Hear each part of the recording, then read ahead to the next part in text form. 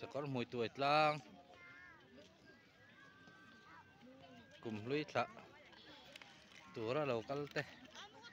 hen thela hi atlang chip tlang sang lai ber kan ya hai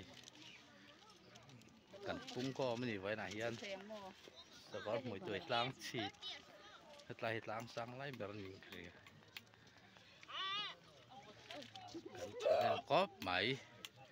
vai na hian so lama so nin tawar te om ni so view tawar te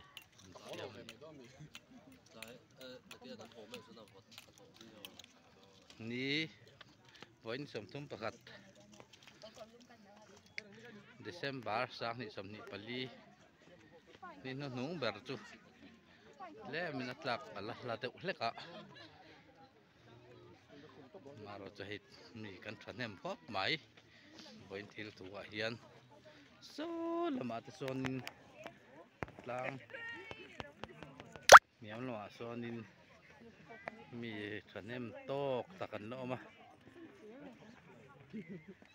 helai tlang sang lai hian in nge ma zat tan lo ran chho dum dum mai ni an lo ran chho suaw mai hei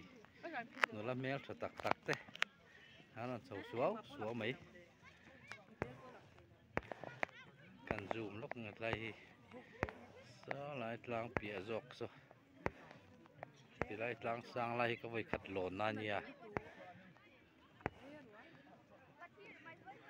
zoom ma dol vak lo ka phone ni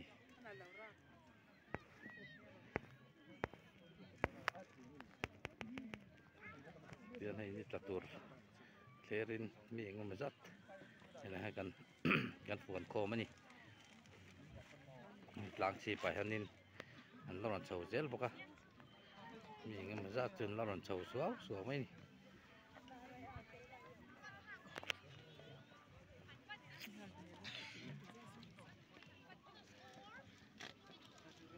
so lai tlang athip lai ason ka vakal bege vai ang